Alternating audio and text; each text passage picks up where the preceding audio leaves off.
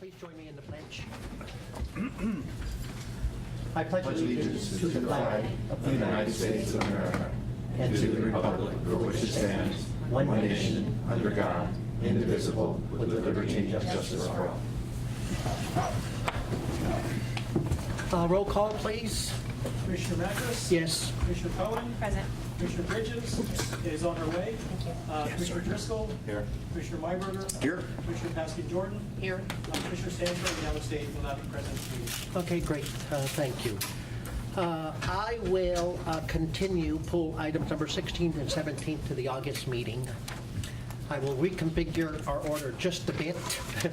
I will do item 2 through 6 now, then we will go into closed session for item number 1 and number 7, so we don't have to go in and out. That way we can stay in closed session in one shot. Next item is general public comment. I will open it up to members of the public who would like to address the commission for non-calendared items. Excuse me, just real quick question. Yes. You said you're moving 16 and 17 to next month? Yes. Perfect, thank you. Seeing no public comment, I will close public comment. Before we call item number 2, I would just like us all to think about our meetings and how they're run. So what I'm going to ask everybody to do is when staff makes their presentation at a commission meeting, at our meetings, after that I will open it up for a Q&A only. Really no editorials, no personal comments. Let it still be fact gathering for us. I'd like everyone to be conscious of time. If everybody took 10 minutes each, we wouldn't get out of here. So I'm sort of going to set a limit of 10 minutes to Q&A on any individual commissioner. Then I'm going to move on and we can recap with another commissioner.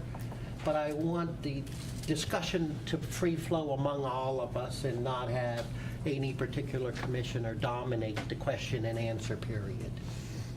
Then after the question and answer period is done, then I will solicit a motion if there is one. And at that point, people can share their personal views on the subject matter, try to persuade others if they feel they want to persuade them. And I think the meetings will go a lot better. I'm going to ask staff to take a lot of attention in the Q&A to really answering the question and not taking the opportunity to add some more information and try to give us a little bit of a nudge to their recommendation. At the end of our Q&A, the motion, and all of us speaking, I will provide staff a recap opportunity to put whatever they believe is necessary more to put their point forward to us. I think it would be more timely, it will make us work more cooperatively, and people will be able to step back and appreciate our Q&A and how our thought process goes to ultimately voting on a subject matter. So I am not going to cut people, I'm not going to apologize for cutting people off at the end of 10 minutes. Sorry to say it that way. We have a long meeting and everyone has to have an opportunity, so I'm going to say your time is up and we're moving on to the next commissioner. And I'll do my best to allow everybody to speak. Jay, does that work with you? Yes. Okay, great. And then me and Jay will cooperatively work on these items to know that our 1 o'clock calendar, we're going to aim towards a 6 o'clock exit time. So Jay will work on staff's presentation times, but for everybody to know, we will have an outside clock to say at 6 we hope to conclude, and everyone should be part of that team to allow that to happen. We have consultants that fly out of town at night. We have a variety of things, and I'm very happy to continue an item if we see it appropriate, if there's more question and answer period or more time staff needs to look into it. Jay, anything to add? No, thank you very much. Okay, I have Sure. another clarifying question. So it's 10 minutes for the entire, as 10 minutes as an individual or 10 minutes as board members after the presentation was made? An individual. Thank you. And the distinction is questions and answers related to the materials. Yes. Then there's a motion, and then they're speaking to the motion, and then there's the opportunity for staff to do a recap. Correct. Okay. Sounds fair. And that staff would be guided to answer questions directly from board members. Correct. Rather than provide additional new information. Perfect, okay. And a sidebar to that, if our secretary is kind enough to do that. Within the meetings, a lot of questions come up that have information that will follow.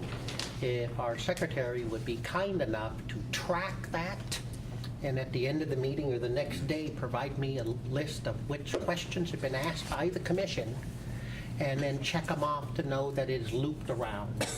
And if people are interested in the answer that is being rendered, they should say so. But that way staff knows how to distribute the information. I don't have any time frame on it. I don't have any assignment on it. That's all Jay's obligation. But to know what comes and that each of you have your answer is going to be my purview, because I do not want unanswered questions going forward when it comes to decision making. You can pass on your answers should you choose to do so later if you think you've gotten the information. Thank you. Okay, Norm, could you call item number 2? Item 2, an action item, approval of minutes of the June 11, 2014 board meeting. Okay, Chair will entertain a motion. Yeah, I'll move adoption with the amendments that have been presented. Second. Okay, I'm sorry, are we on the minutes? yes. I didn't catch what everything Herb Meiberger just said. There is an addendum that Oh, was that piece of paper? distributed. Yes. So Commissioner Driscoll, floor is yours. Then if we're going to add those lines, there's several different additions or corrections. The other phrase that was repeated on that same subject area under the discussion of hedge funds, the sentence was, excuse me.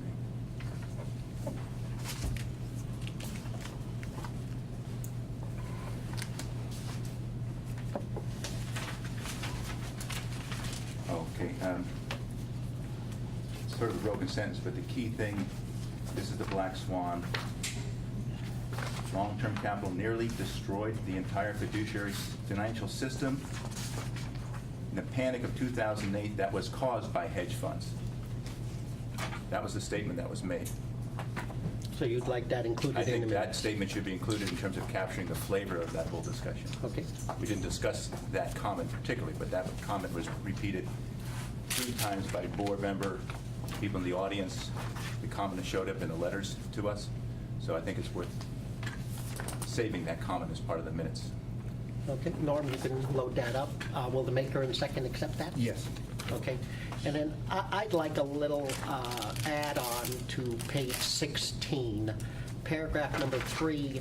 I think on the response to Commissioner Meiberger from our executive director, that can be a more complete understanding of the question and answer to follow that. And my comments in support of the motion and impact on our reputation, I think that our secretary is being too kind to me.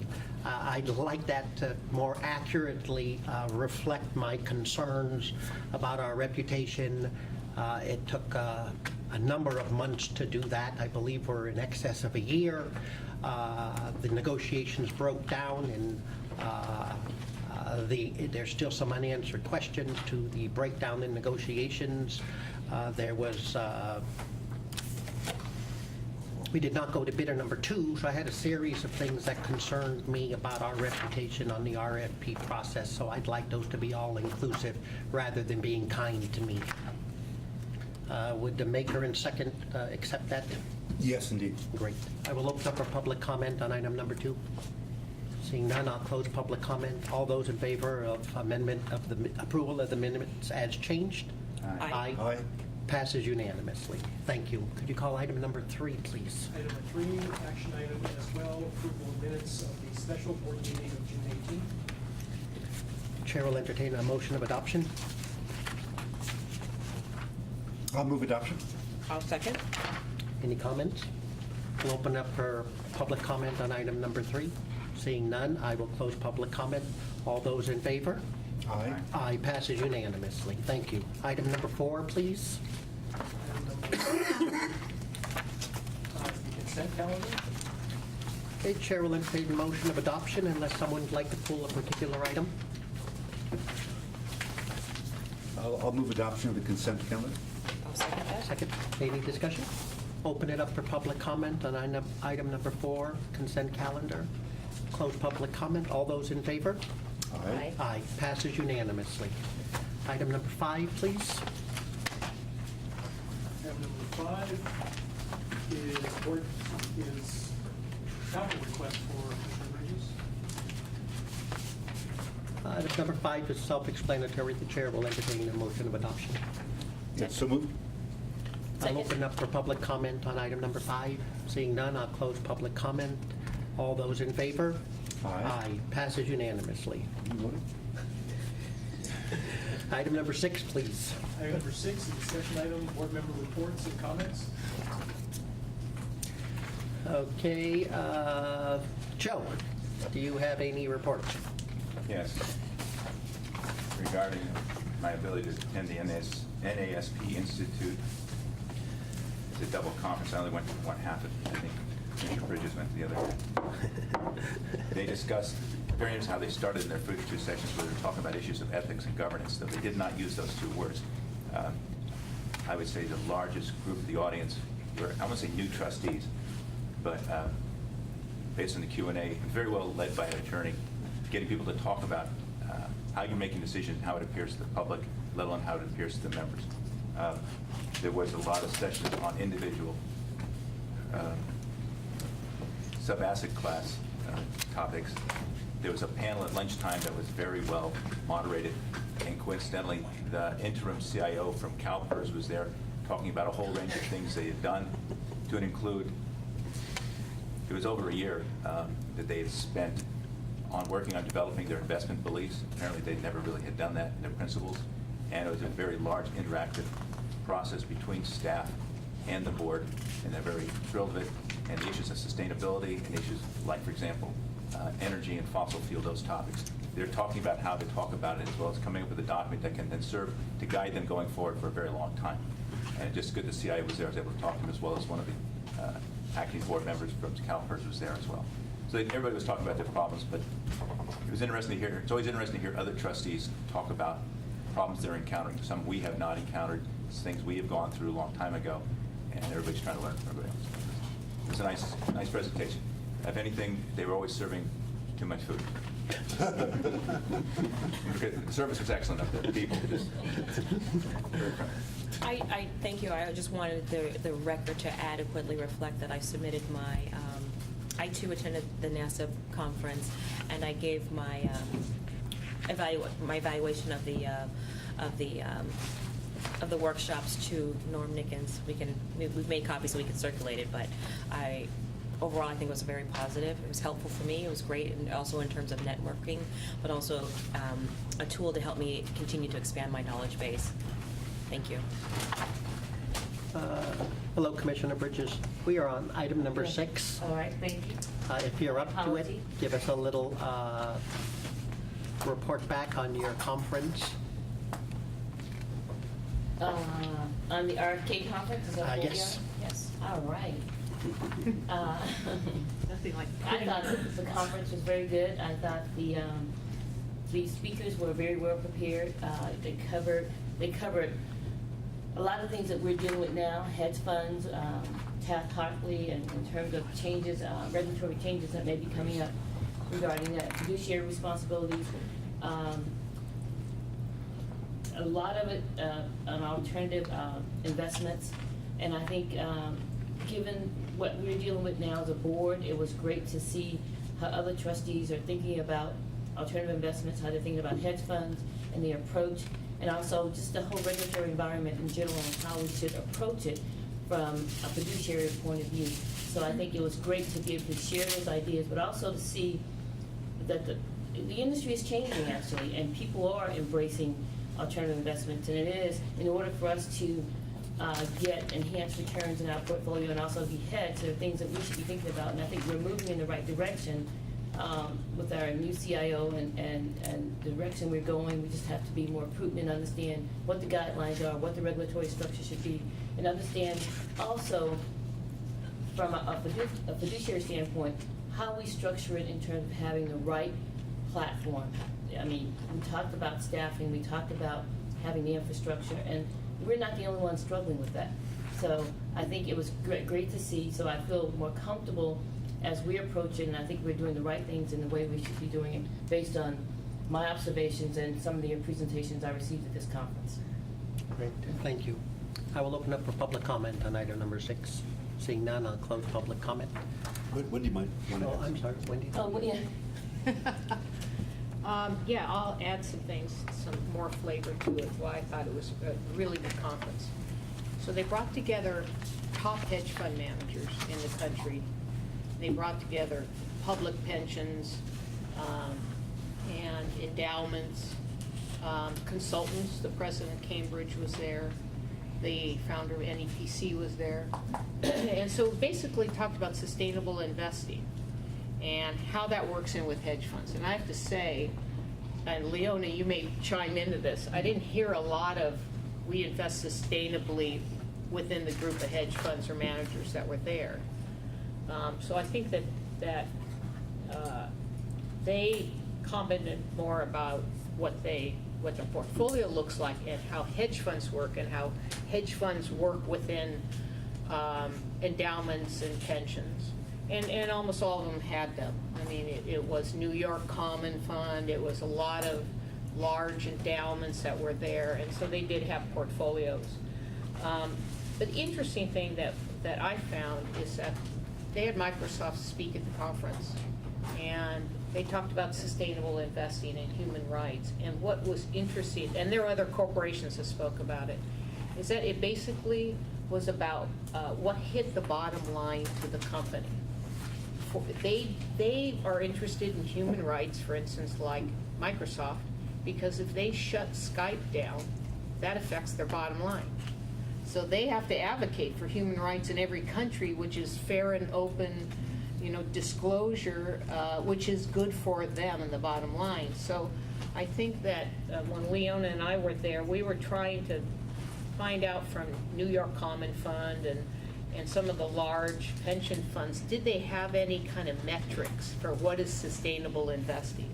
Or how do you do that within a human rights, not just Sudan or South Africa, but how do you do this across the world? And what we found is there was really no benchmark. There was really no metrics for it. They advocated, but they didn't go much past that. So each pension would say, or endowment would say, we believe in it, we advocate that, but we're not going to take these items out of the portfolio and make those decisions. And Leona, I don't know if you have any. Yeah, and I thought that was very interesting for Denise Knapp here, who's the state treasurer of Connecticut, also spent a lot of time dealing with that issue, and it's concerning that for a lot of state treasurers that they do not have the benchmark, they don't have the metrics in place. And I think all states, including California, are still struggling with it. If we talk to our treasurer, we still have the same issues. And I think going forward, until they have those metrics, one day, I don't think they will probably make individual and one-off decisions. Yeah, and so it made me feel better because, we have that same viewpoint. We'll Right. advocate, but we're not removing things from the portfolio. I think that when we talked to them, that was where they were at. So there's still, I was hoping there'd be some kind of metrics of it, but it's really more about adopting things and having a lot of support to do it that drives you to finally make that decision. And I think the decisions on Sudan and South Africa were very big decisions from endowments and pension funds to do that, but I think they all kind of came together. And so that's what we were trying to figure out. Going to this conference helps you because you're sitting with those other associates, you're sitting with the consultants, and you're sitting with their heads of major unions, the bricklayers. Right. And one of the discussions Leona and I went to was, these pensions are underfunded, and they keep getting more and more underfunded. So how do you deal with that? And it's a hot issue because you have two sides of that issue. And so I don't want to get into more of it, but it was a very valuable, I think, conference to go to, and Art suggested that we do that, and it was Great worthwhile. recommendation. Yeah. Great. I'd like to thank the executive director for that recommendation. It was a great Sure. recommendation. I attended one in Half Moon Bay. Yeah, that's right. On a completely more isolated topic, but they're very well organized and Yes. a very good point of view, and they do bring the right crowd together for the conference, so Right. I was impressed. You We'll know, keep you informed. another thing that was really good is they strategically placed us Assigned seating. assigned seating, so So we you couldn't weren't just, Yolanda and I wouldn't just go galvanized together. good. They Yeah. made other people sit next, and I have to say that they had probably the 5 top credit hedge funds there in the world, and those were astoundingly exactly the ones that Bill Coker had visited. Yeah, they all knew this. It was like they said he was in our office in New York. I mean, it was, so he is, that really made me feel like he is really finding those people. And then we had a chance to talk to him. And so, and no doubt they were managing money for a lot of the people in the room. Or they found Bill. Yeah, but I like it that when you go through it and recommend the ones that you think are very strategic, will add value. I think you and I talked about that in detail, so I really appreciate that because it wasn't a waste of time. Yeah. Fantastic, great. Norm, could you call item 1 and 7? For- Item 1 is closed session on a personnel evaluation. Item 7 is a closed session on certain business matters. Great. Chair will entertain a motion on whether to assert attorney-client privilege on both. So moved. Is there a second? I'll second. All those in favor? Aye. Aye, Aye. passes unanimously. We will go into closed session now on item number 1. When we conclude on that, we'll go out and capture Jay to bring in the team. Item number 2, please. Just two of it. Okay, we'll open up for public comment for non-agenda items. Okay. Even the mayor's gonna look. David Williams, first speaker. Here we go, back to work. Front row. Hey, what was in here again? Here, they have this air conditioning. Sure, sure. How are you? It doesn't amplify at all the reports. Good afternoon, Commissioners. I'm David Williams. I'm the president of the West Bay Retirees Chapter of SEIU 1021, so I'm here on behalf of SEIU 1021. I want to thank you for the opportunity to speak today. Yesterday, our president, the president of the local, Roxanne Sanchez, submitted a formal letter to you regarding the asset allocation process and the process that was put on a 90-day hold at last month's meeting. You committed to an interactive process with stakeholders. This letter is our formal request regarding this interaction. In the last several weeks, members of our union have consulted with our fiduciary council, staff from our capital stewardship program, as well as others with expertise in this area. They concur, and we strongly urge you to make sure that these questions are adequately addressed and considered. We also urge the board to engage an independent consultant with expertise in asset allocation at large institutional funds to provide a contrarian analysis and to review the process used to develop the asset allocation proposal under consideration. We look forward to your response and to a productive engagement on this issue. Thank you on behalf of SEIU 1021. Great, thank you. Sharon? Oh, thank you. Still revising. Good afternoon. Can you hear me? Thank you for the opportunity to speak today. I understand that most of you have probably already decided whether to support a decision recommended by staff to invest billions of dollars in hedge funds. My purpose in speaking to you is to warn of the consequences and adverse consequences of a yes vote. First of all, hedge funds will not protect the city and retirees against future losses. Yes, there were disastrous losses to the fund in 2001 and 2008, and some individuals and funds that invested conservatively or bet against the markets avoided these losses. But there is no statistical or historical evidence that the next black swan event will exempt hedge funds. The only way to avoid risk is not to take it in the first place. Hedge funds, number 2, hedge funds are not a fair deal. They charge twice as much in management fees as other investment managers. Then, in a heads we win, tails you lose scenario, they collect 20% of every winning investment and never suffer from the losses. A recent study estimated that this bad deal shaves an average of 3.8% from the self-claimed annual investment returns of hedge funds. Number 3, hedge funds operate outside the law. Like a gambler who only tells you about his winnings, hedge funds are allowed to cherry-pick the returns they report, both to their investors and to the public. So, in addition to spending millions of dollars a year on hedge fund managers, the system will have to hire staff and consultants to police the funds. Fourth, hedge fund managers become billionaires with our public money. If by investing in hedge funds, SFERS will join other public funds in supporting a giant system of inequality that funnels money from the middle class to the rich. 5, hedge fund managers, the main beneficiaries of your investment, are almost exclusively white males. Your investment will undermine diversity in the investment industry. 6, hedge fund billionaires contribute to the campaigns of political candidates who support their industry and also support their personal political views.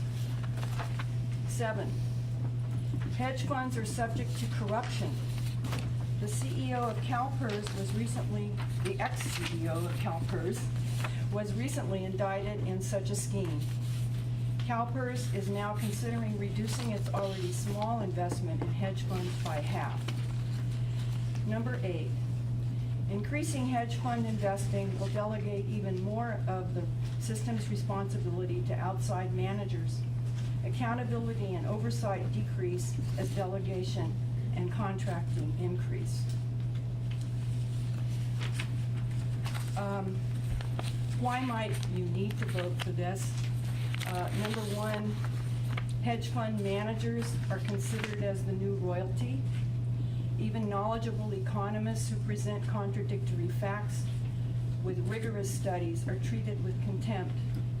Investing in ever more complex and risky systems is seen as trendy, while safe investing for the long term is seen as outdated, boring, and even stupid. Number 2. Well, one is a long-term strategy, and secondly, a pressure for high returns and the unrealistic assumed rate of return. That's it. Thank you very much. Thank you. Marguerite Young, please.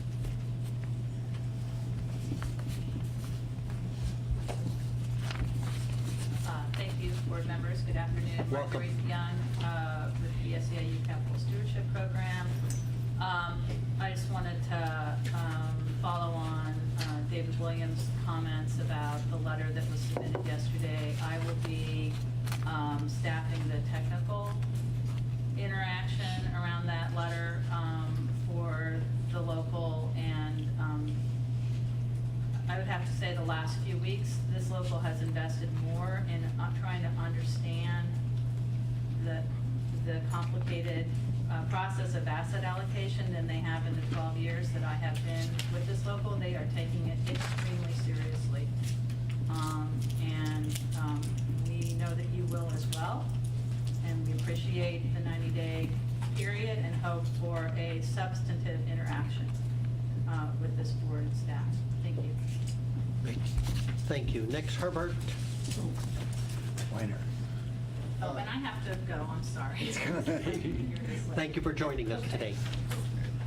My name is Herbert Weiner. The bandage on my nose is I got into a fight with a hedge fund manager. Seriously, I had a surgical procedure done on the nose. What did the hedge fund manager look like? Well, you can't bandage hedge funds, that's for sure. They're incurable. Anyway, seriously, I agree with what's been said before. My definition of a hedge fund is San Francisco without the fire and police department. Basically, they're not regulated. It's very speculative. Some people in the security industries have stated, well, these funds can manage themselves, they have responsible managers, they can pick up when something is wrong, they can pull out the funds and everything. In essence, the best we can hope for are vigilantes in the security industry, and I don't think that's enough. Basically, the retirement system has made sound investments. They make conservative investments. They don't go rogue. They don't act irresponsibly. For me, taking out hedge funds is like a robber saying he's going to hold up a bank for $1 billion, but the risk is there, but the returns are good. But the thing about it is, you can also be in violation of the law, you can get caught. The other thing that's going to be very serious about this, if hedge funds go south, if the whole retirement fund could be endangered. If it is endangered, the city must bail it out. If the city bails it out, that means cutbacks in services. That means less social services, less health services, less public works. And we will be the culprits of it. And I don't want to be caught in that position. The thing is that the hedge funds, fine, let some private entity do it, but not this city entity. We have too much at stake here. We deferred our salaries for our pensions. We made that sacrifice. And the thing is that we don't want to be sacrificed, with hedge funds. They're largely responsible for the previous recession.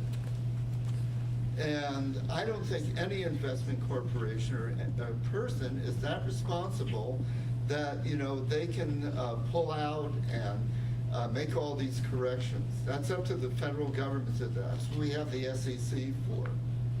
So I haven't examined the matter thoroughly. I'm investigating it right now. I'm reading the financial report from the government, and I'll have more to say at a future time, but these are my comments so far.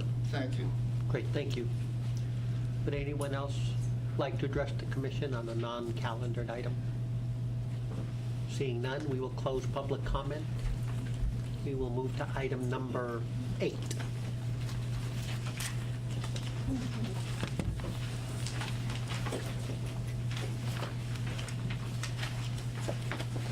Number 8 is an action item, review and approval of revised investment guidelines for Advent Capital convertible securities. Thank you, Norm, and good afternoon, Commissioners. This is a recommendation to review a change in investment guidelines for Advent, one of our convertible managers, to amend the credit quality and also the number of issuers. And I'll ask Bob and Leslie to make further comments. Robert Shaw, Managing Director of Public Markets. Bill did cover everything here, really. We're finding the composition of opportunities in the convertibles market. In essence, the number of the quality of the issues that are coming out has changed substantially since Advent came on board. And what we're looking to do is align Advent's investment guidelines with more in line with not only the opportunity set but as far as the benchmark. They've also asked for a little bit increase in the number of holdings to allow them to better address these opportunities. Leslie? Really nothing to add. It's a fairly modest change. And then there are a lot of red marks in the version you see that are really more sort of housekeeping items to bring the guidelines up to date with the format that we've developed and been using more recently with managers. Great. I will open up questions of staff. Seeing none, I will open up for public comment on this item. I have a question. Was this Daring Trust Fund involved in a scandal with this? If I'm correct, some years ago, irresponsible investments were made, and I'm not sure. I'm asking this as a question. I think you're on the wrong topic. That's item number 9. I think. That's item number 9. We're on Yeah, item number 9. We're on 8. Oh, you're on 8. I'm sorry. No problem. Any other public comment? Seeing none, I'll close public comment. The chair will entertain a motion. Yeah, I'd like to move that we adopt staff's recommendation to revise the guidelines to Advent Capital convertible securities. Any discussion on it? Seeing none, all those in favor? Aye. Passes unanimously. Thank you. Could you please call item number 9? Item 9, action item, review and approval of the commitment of $50 million in Bearing Asia Private Equity Fund. Thank you, Norm, and Commissioners. I'd like to invite our private equity team as well as our colleagues from Cambridge to review this recommendation to invest in Bearing, a well-established Asia manager, and it's our second investment with this fund. Art? Thank you, Bill. This is a re-up opportunity in Bearing Asia Private Equity. It is one of the longest-standing, largest, and most successful private equity firms in Asia. It is probably the most institutionalized platform in Asia as well, with an impressive long-term track record, and recent portfolio momentum continues to be strong. One of the attractive things about this opportunity is that while Asia and most emerging markets in the region continue to be a growth equity-dominated market, there is an increasing number of control-oriented opportunities that has become available in these markets as the overall growth has slowed. We see these as very attractive traditional private equity type of opportunities with relatively less investment managers who are well-suited enough to take advantage of these types of more complex, more actively managed transactions. Bearing Asia is one of them.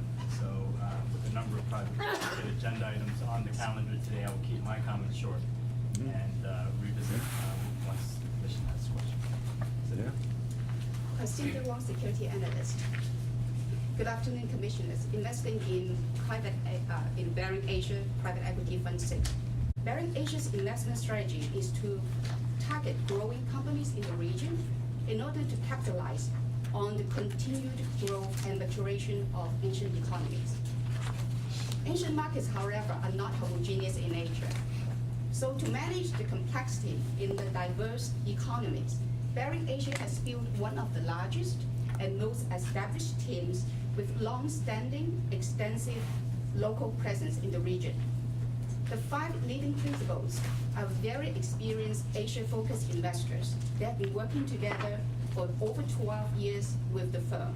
In addition, the 15 managing directors, on average, have over 20 years working in Asia. Today, the team has 100 employees, including 51 investment professionals, spanning 7 major Asian cities: Hong Kong, Shanghai, Beijing, Singapore, Mumbai, Tokyo, and Jakarta. They work as one team to look for the best investment available across geographies and sectors within the region at any point in time. And this multi-country, multi-sector diversified approach also gives Bearing Asia a competitive edge to expand to cross-border transactions. After acquisition, the Bearing Asia operation team with a group of consultants work with the management teams to further accelerate the growth of its acquired companies through operations improvement, business expansion, and bolt-on acquisitions. The team members are often described as very hands-on, very knowledgeable of the company businesses by the management team of its portfolio companies. And because of its broad coverage, wide networking, and established reputation in the area, the team has historically been able to exit its investment through multiple channels. Bearing Asia also places a significant emphasis on managing downside risk. The team has used control and significant minority transactions, various investment structures, and negative control to effectuate its influence and secure downside protection. In addition, its managing directors have taken boxes of most of its portfolio companies. Since inception, Bearing Asia has sponsored 3 private equity funds through multiple economic cycles. All 3 funds, including Fund 4, which went through the global financial crisis, are ranked top quartile by Cambridge Associates. This consistent performance has proved the ability and strength of the Bearing Asia's team to weather different economic situations. Executing a pan-Asian growth equity and buyout strategy is complex and requires a large local infrastructure. and a seasoned team to understand the businesses, to nimbly add on unique investment opportunities arising from the heterogeneous Asian markets, to create value on the upside, to manage risk on the downside. We believe Baring Asia has all these qualities and will continue to deliver top quartile performance to its investors. As of today, our private equity portfolio has approximately 7% of its active commitments to Asia. A commitment to the fund, therefore, will enable the portfolio to increase its investment exposure to the region through a very strong, solid team. With that, I hand it over to Cambridge Associates for further comments. Thank you. Anita Ng with Cambridge Associates. We've been following Baring Asia and have had client exposure since Fund 1, so from the very beginning in the late 90s. We expect that the fund will be access constrained. We're recommending a $50 million commitment for the system. What we like about the manager is that it's a very strong manager, regional Asia focused, one of the most established pan-Asian private equity firms with a 15-year history. Strategy is well diversified by geography and by sector. The team has been stable with good leadership, a very team-oriented culture, and Baring has an impressive on-the-ground presence with a large and excellent footprint. As mentioned, 5 countries, 7 offices, and over 50 investment professionals. They've demonstrated an ability to add value operationally and also to access proprietary deals at reasonable entry valuations. They've also been able to be very opportunistic and nimble at adapting to changing markets and moving from region to region and broadening their geographic as well as sector focus. Commissioners, I'll maybe make one quick comment. Relatively undeveloped private equity market, and which creates increased inefficiencies and therefore opportunities. Great, thank you. I will open up for public comment. Bank of London. Because, you have any relation to Baring Bank of London because they were involved in a scandal that was momentous and it had severe repercussions. So you have no connection with that bank or firm or security firm at all? We do not. That question should be Your question directed. is, Go right ahead. Yeah, Please go ahead. there's a formality part there. You should direct your comment to the commission, Well, and then I'm fine for staff to be able to answer that well, I question was if they just have an wondering answer. because, I'm wondering what the holdings are and I'm wondering what the relationship is. And, this has some bearing on what the firm is about. And I'm asking this for clarification purposes. Some bearing on what the firm? Bearing. I don't mean to be Mr. Wayne, overbearing. are you able to answer that? yes. Other than the name, there is no affiliation. Great, thank you. Any other public comment on item number 9? Seeing none, I'll close public comment and open up for questions by the commission of staff. I have a question. So I'm looking through page 6 Cambridge. on performance. And run me through this because it says Baring, their Fund 1 was 4th quartile, Fund 2 was 4th quartile. The IRR was -0.2, -0.6. And then I'm looking down below, looking at the added value, and that's the index, and it doesn't seem like it's... This is the Cambridge report. you're Yeah, referring to. Cambridge report.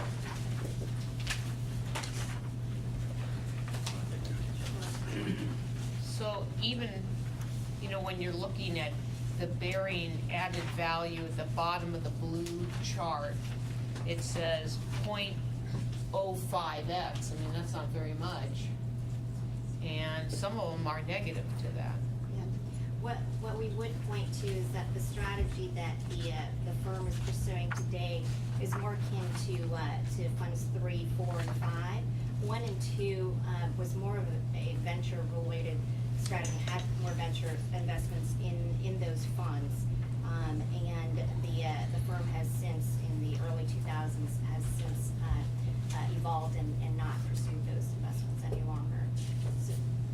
So when you're looking at this, you're seeing, okay, so Fund 5 is 3rd quartile. Yes, So, that is a 2010 vintage. They didn't start investing until 2011. We highlight it as gray there because we would like to indicate that it is really too young to evaluate. If we were to evaluate it against 2011 benchmarks, which may be more appropriate given when they started investing, and I think that's in the staff memo, it's at a second quartile. But I would still say that fund is too early. yeah, no, I know it is, but when you're saying they're top quartile, then I'm looking and seeing fourth, third, I mean, and then you're saying, well, there was a problem, and, it's disconcerting to us. I understand that you're saying now the team is doing this, but that team, if they were still there, wasn't that long ago. It sounds like, we're doing lousy in venture capital, and we're not getting anywhere there, so now we're doing something else. And we're going to do kind of turnaround and look in the private equity middle market to find this is now our niche. But even when I look down there, I want to make sure that when we say top quartile in Cambridge, that still may be a negative IRR. I mean, who cares if it's top quartile? What we really care about is it making money for the fund. Agreed, completely. You're referring to the Cambridge report. Yeah. We've got to be careful when we rely on consultants' reports, number one. Number two, we have to be careful when we rely on quartile rankings, because depending on how you define the vintage year, it can change quite a bit. Exactly. So based on the way we see it, and based on the data that we've received, these are top quartile performers. Now, granted, even on a relatively attractive basis, the absolute returns of the most recent fund is not that exciting. It's Right. single-digit IRR right now. Remember, this fund has basically emerged from a global financial crisis in a market where the valuations have been essentially lagging where the U.S. markets have been. Right? The U.S. has rebounded past and beyond the peak, all-time peak, while the Asian markets are still quite far below that peak level. So, but in recent months, in recent weeks, that valuation gap has been narrowing. I think that's pretty common knowledge. Now, we have also seen in Baring Asia's portfolio that their portfolio is generating momentum in terms of both growth, valuations, and realizations. And so they have a number of portfolio companies that are not reflected in these numbers that are getting ready to exit at the valuations and at marks that are much higher than they're holding on this book. So we expect a significant uplift from the numbers that you've seen based on March 31st, 2014. So we as commissioners, what we're really trying to find is this the best fund? I mean, to me, I think timing in Asia is great. You can really bottom fish and find some great opportunities. But we keep adding in vintage years, and we get some bad vintage years. So, how do we avoid that? How do we just avoid kind of keep adding 50 million to fund 1, 2, 3, 4, 5, and hit, can we be opportunistic at all to say, again, it's peaky in certain areas, and in Asia, you can bottom fish. It's a good time to be in there. So we like that. I mean, I like that we're there. We have to rely on you that you're saying these are the best people to do this. We do think that this is one of the best franchises. Are they the absolute best fund? We don't know. But are they the most institutionalized? Yes. And so from a stewards of capital perspective, it is one that we feel is prudent to recommend for a $50 million direct commitment for San Francisco.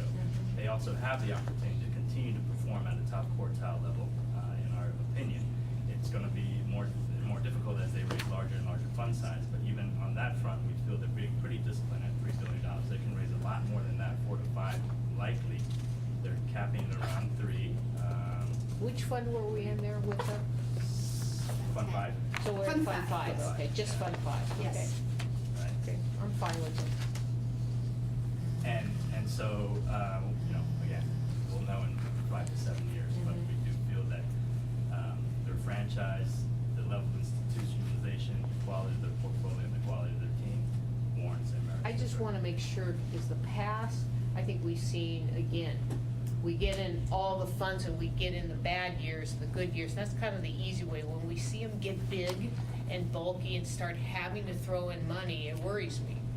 And so I'm hoping we can be more opportunistic than that and start to divert our money away from them if we don't think that's an area that has good value. Point well taken. These re-up decisions are definitely not automatic decisions amongst the team. We discussed them quite a bit. At times, we're all in agreement that it is a slam dunk re-up opportunity.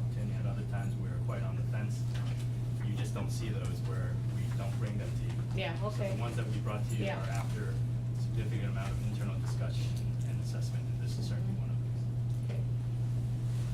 those. Okay. Further questions? Commissioner Driscoll. I'm going to go along the same path about the proof of how well they perform. One of the other significant changes I note here, Fund 3 was their big winner, great. However, they doubled the amount, no, tripled the amount of money they raised. And then almost the same number of investments. Are they then either taking bigger bites of companies or they're just pursuing bigger deals? It's a little bit of both, but I think the growth in their investment team also shows that they're growing their resources well. So they're not just doing bigger deals. They are evolving with the market, we believe. As larger deals present themselves, as control-oriented deals present themselves, they have established the resources in which to take advantage of those opportunities. At the same time, they have one of the largest on-the-ground teams across Asia, and so they can still participate in the smaller, more nimble, growth-oriented type of deals. Growth is always something that they're going to be involved in, take advantage of the long-term fundamentals of the region. But we feel that, yes, they are beginning to look at chunkier investment opportunities as well as those opportunities present themselves. And how long then has Mr. Salata been with this group? Since the beginning. Since the beginning, he's one of the originators, okay. And his performance number comes down to this issue. You write that Fund 5 is basically concentrated in 2 investments, correct? Well, as of March 31st, the 2 recognized or 2 realization are not included in this performance. Oh, well, that's the whole point, that you have more information.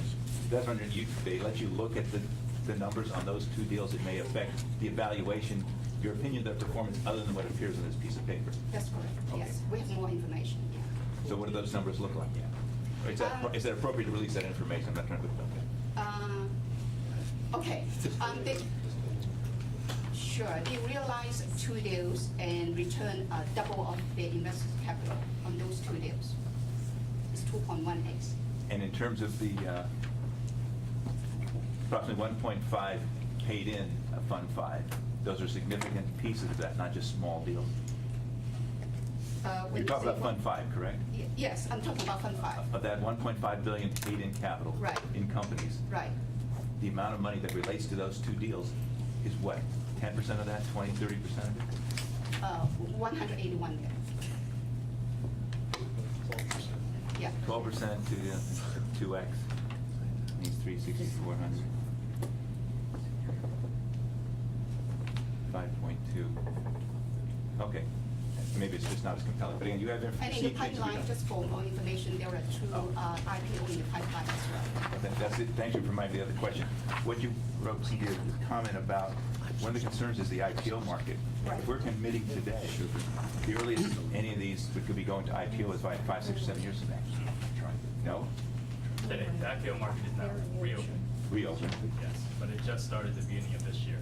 Right. And so companies prior to this year, it was very difficult to exit in the local markets. They had only the overseas exchanges as the options. Yeah. That And changed. you put that as almost a negative concern, but in fact, there's a timing issue there.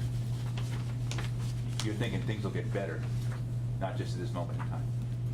Oh, the good thing because Bering Asia's wide coverage, and they don't rely only on IPO for their exit. I mean, if you look at their history, they have been able to exit through trade sales, secondary sales, buyout, and also they did the first recapitalization, dividend recapitalization in China in one of their deals. So because of this multi-market, multi-country approach, they are able to exit through multiple channels instead of relying on just IPOs.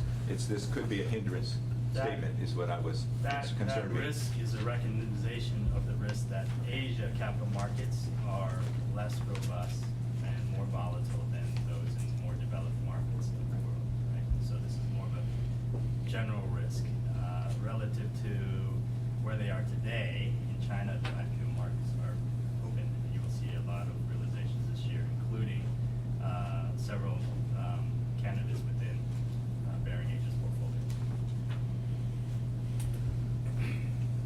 Okay, that stops my questions. Thank you. Just a quick clarification, because I couldn't figure it out from here. You said Fund 5 is 2.8, did you say? Realized deals. The realized, yeah. 2.1. From what I heard, have been realized at 2 times their investment costs. That's what I was, I Right. just want to make sure I got it. Including, the unrealized deals, the fund itself is 4 years at just above 1 times cost. Uh-huh. But again, there's the 2 realized deals that aren't reflected in those numbers. There's 2 pending realizations that are expected this year that also are not reflected in those numbers. And so we feel there's quite a bit of upside in the valuation numbers compared to what we've been able to show based on the last quarter's results. Thank you. Commissioner Myberger. Yeah, just a couple questions. First of all, for your report on page 13 for Cambridge's report, where you show the diversification. So, and you mentioned this is for funds 3, 4, and 5, okay, where you have, for example, consumers 22% of the fund. This is page 13. Of staff's report, I beg your pardon. Of staff's report. Usually, so staff does 3D color pies now.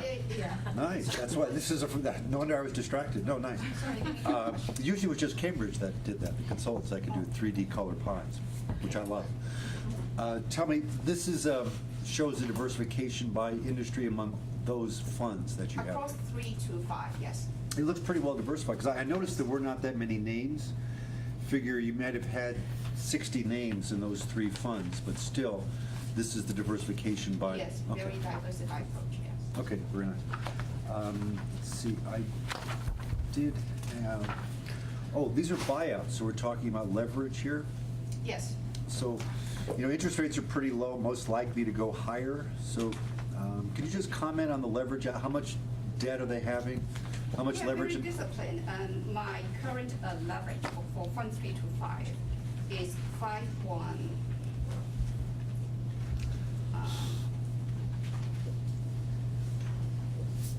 Please go ahead there. Sure, for funds 3 through 5, we've calculated it, and so they pursue both buyout as well as growth equity. So the growth equity, the minority ownership, that's less relevant for leverage.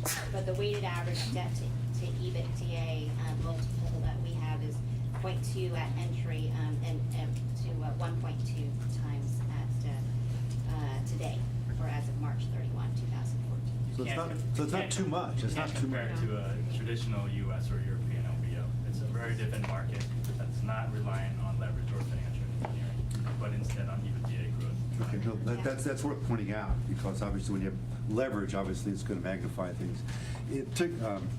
And it's a headwind if interest rates are rising. Wouldn't you say? That's right, and just the levels of financing that are available to U.S. and European LBO sponsors are just not available in these emerging markets, and so they can't put on too much debt. And Okay. they don't, given the volatility of the markets. Okay, very good. Thank you. That's it. Could you give me some comfort that this is not a wink and a nod? You're giving me your Fund 5, you're giving me the numbers, but you're telling me something over there that you're not willing to put on the paper. And if you're our staff and you're doing your due diligence, shouldn't we get all of your due diligence? This looks like less than all. You're so correct. Actually, I already gave, especially the 2 realization on the staff manual on page.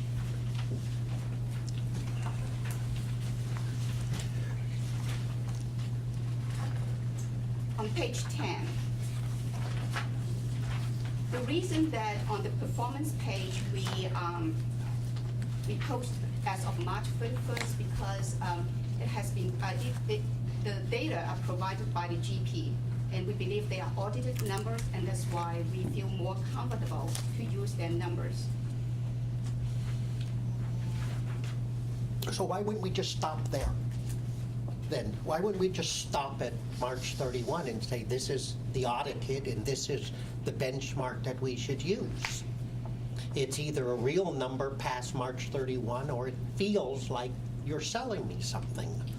And we should have the highest integrity in what we read. And we should be able to come in here and you should be defending what's there, not providing us another set of books, excuse me to say it like that. Because what happens if it doesn't come through the audit? Who's responsible? Right. So give me comfort to understand why. With all due respect, this is a feature of private equity in all private markets. There's always a lag in the performance results, right? are trying to make an assessment based on where we feel future results are going to be as opposed to what the past results are going to be. And so while we are not displaying numbers that are popping off the page in this particular opportunity, you have to remember, you either can get risk and reward, right? But you cannot get low risk, high reward. And so this is a lower risk, low return strategy that's pan-Asia, that provides geographical diversification, that provides sector diversification, right? And one that we feel is a very prudent investment recommendation for San Francisco. Now, if we, came back with a very focused strategy, focused on one particular frontier market, then perhaps we would be underwriting returns that are more like 25, 30%, right? But at much higher risk levels as well. And so this is not one of those investments. So in comparison, it may look more pedestrian. But from a risk-adjusted basis, given the diversification that's embedded in this single investment opportunity, this single investment fund, we feel it is a very prudent recommendation. Could you share with me the discussion of why 50 million? We invested, I believe, 20 million in their Fund 4, right? Yeah. 50 million has been basically our new baseline based on the investment pacing analysis. I find that even at that level, it may be conservative given where we need to be in terms of our allocation target. We are both massively under target with regards to target private equity allocation by about 3 points. That continues to get worse as our managers do a good job of returning cash and capital back to us. While they are doing a great job of taking money off the table, we need to be very cognizant about putting money back on the same exact table, right? While valuations are so high in developed markets. So we are looking around the world where valuations may not be as full or as frothy to redeploy the capital in a very prudent and attractive manner. And we feel like this is one of those opportunities. And so 50, maybe a little bit low, but given the access constrained nature of this opportunity, we feel that it is appropriate. We may not get the 50, but because we're acting on this early and bringing this to you early, we have a better chance than if we wait each month going into this fall. Our probability of getting the $50 million allocation will decrease significantly. And do you feel if we were a quarter away and we had these realized profits, you'd be looking at more than 50 million? No, we'd be looking for less because that allocation would not be available to us. We do feel that the performance numbers will be improved given another quarter or two. We think the June numbers will be better and the September numbers will be better than that. But we're acting early now to get in line early to make sure that our allocation is fulfilled. Because as this process continues, those who participate in later closings are going to get cut back more significantly. Great, thank you. Any other questions, commissioners? Chair will entertain a motion.